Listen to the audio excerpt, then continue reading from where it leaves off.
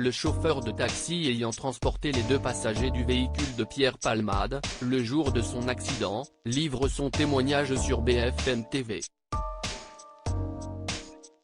Il décrit leur comportement bizarre, les passagers ne sachant pas où ils allaient lorsqu'ils ont été récupérés.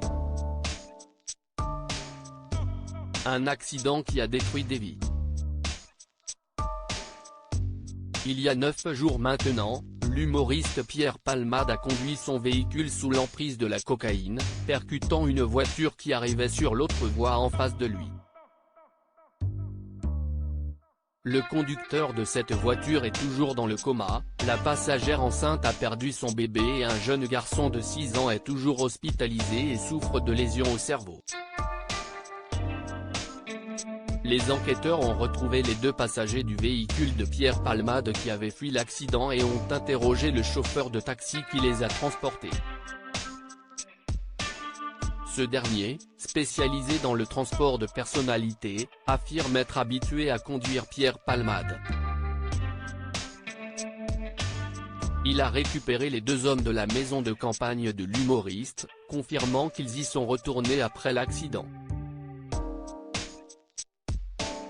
Dans un documentaire de BFM TV, il se souvient de leur comportement suspect, cela m'a paru un peu bizarre. Quand je leur ai demandé où ils allaient, ils m'ont dit Paris, mais sans savoir où, détaille-t-il. Un comportement étrange, ils ne se parlaient pas, mais chuchotaient simplement par moments, a-t-il relaté.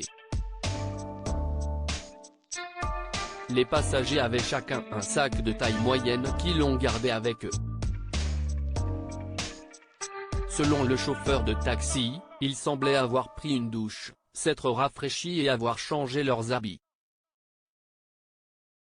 Ils ne sentaient pas l'alcool, détaille-t-il, mais ne semblaient pas en pleine forme non plus, l'un était sur son téléphone, l'autre paraissait fatigué, choqué et portait des lunettes de soleil dans la voiture, en pleine nuit, ajoute-t-il.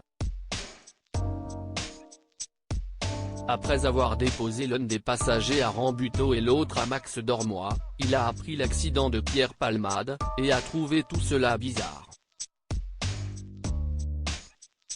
La gendarmerie de Fontainebleau le contacte, puis le commissariat de police de Moissy.